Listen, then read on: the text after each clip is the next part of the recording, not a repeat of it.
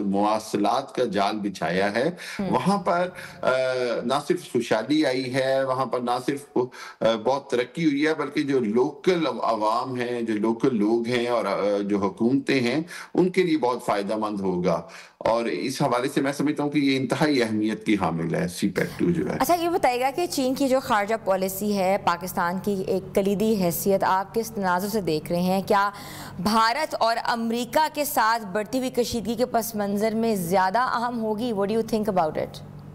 جی definitely, دیکھیے بات یہ ہے کہ پاکستان کا آزمودہ اور قریب ترین جو دوست ہے وہ چین ہی ہے۔ ابھی آپ نے دیکھا کہ جب یہی چینی وزیر خارجہ پچھلے 3 دن پہلے جب انڈیا کے دورے پر تھے اور کس انداز میں انڈیا جو ہے وہ اس کو ایک طرف سے کیش کرنے کی کوشش کر رہا تھا اور یہ ظاہر کر رہا تھا کہ شاید وہ پاکستان اور چین کے درمیان کوئی دوریاں پیدا کر سکے گا، یا وہ یہ ثابت کرنے کی کوشش کر رہا تھا کہ شاید انڈیا اور چین بہت قریب آ رہے ہیں، لیکن اسی کے تسلسل میں جب چینی وزیر خارجہ لاہور آتے ہیں، پاکستان کا دورہ شروع کر دیتے ہیں، تو وہ ساری جو افواہیں ہیں وہ دم توڑتی ہیں۔ دنیا کو یہ سمجھ آتی ہے کہ پاکستان اور چائنا کی جو دوستی ہے اور جو اسٹریٹجک جو دفاعی ایک دوسرے کے ساتھ تعاون ہے، وہ اس انداز کا ہے کہ شاید دنیا میں کسی بھی 2 ملکوں کی ایسی مثال نہ ملے، اور یہ ایک دوستی جو ہے یہ باہمی اعتماد کے اوپر ہے، اور پاکستان خطے کے اندر امریکہ یا کسی بھی بھارت یا کسی بھی ملک کی اجارہ داری اب قبول نہیں کرے گا، اور پاکستان خطے کے اندر متوازن طاقت کے توازن کے ساتھ اپنا حیثیت جو ہے وہ منوانے میں کامیاب ہو گیا ہے۔ بالکل ایسے ہی حامد مشرق صاحب یہ بتائیے گا کہ جیسے کہ آپ نے دیکھا ہے ٹیررزم کی بات کی جائے، ایگریکلچر سیکٹر کی بات کی جائے، انڈسٹریلائزیشن کی بات کی جائے، تو ان سب میدانوں میں اس کا کیا تعاون ہوگا؟ خطے میں امن اور معاشی استحکام کا کے اوپر کیا کردار ادا کر سکتا ہے؟